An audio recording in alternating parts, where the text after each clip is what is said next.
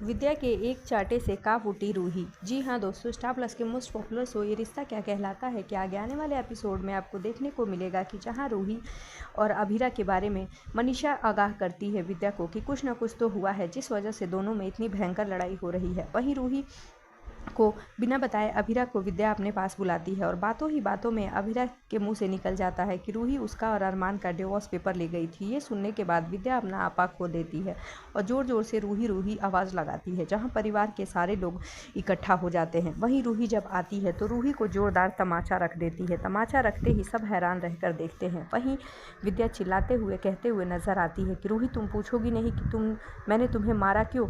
उस पर रूही कहती है कि हाँ मैं पूछूंगी, आपने मुझे इतना तेज चाटा क्यों मारा। जिस पर विद्या कहते हुए नजर आती है कि तुम्हें शर्म नहीं आती, इस घर में तुम्हें बेटी का प्यार मिला और तुम इसी घर के बेटे का रिश्ता तोड़ने की बात कर रही हो। तुम रोहित की विधवा हो और तुम्हारी हिम्मत कैसे हुई अरमान और अभीरा के डिवोर्स पेपर लेकर जाने की। ये सुनने के बाद परिवार में मौजूद सारे लोग हैरान रह जाते हैं। वहीं अभीरा विद्या को मना करती है कि मम्मी प्लीज़ मान जाइए, जिस पर विद्या को बहुत गुस्सा आ जाता है और अभीरा को जोरदार तमाचा लगाने ही वाली रहती है कि मनीषा बीच में आ जाती है। जिस पर विद्या कहती है कि तुम्हें अपने पति को संभालना नहीं आता, तुम्हारे और बीच में ये दरार बन के रूही आई कैसे। जिस पर मनीषा भी कहती है कि मुझे तो पहले से ही शक था, रूही के ये चाल चरण मुझे अच्छे नहीं लगते थे। वहीं विद्या रूही से कहते हुए नजर आती है कि मैं अब तक तुम्हें इस घर में रखना चाहती थी, लेकिन अब मैं नहीं चाहती कि तुम इस घर में रहो, इसलिए घनघोर पूजा के बाद तुम अपने वीर नानू के पास चली जाओगी। ये सुनकर रूही फूट फूट कर रोने लगती है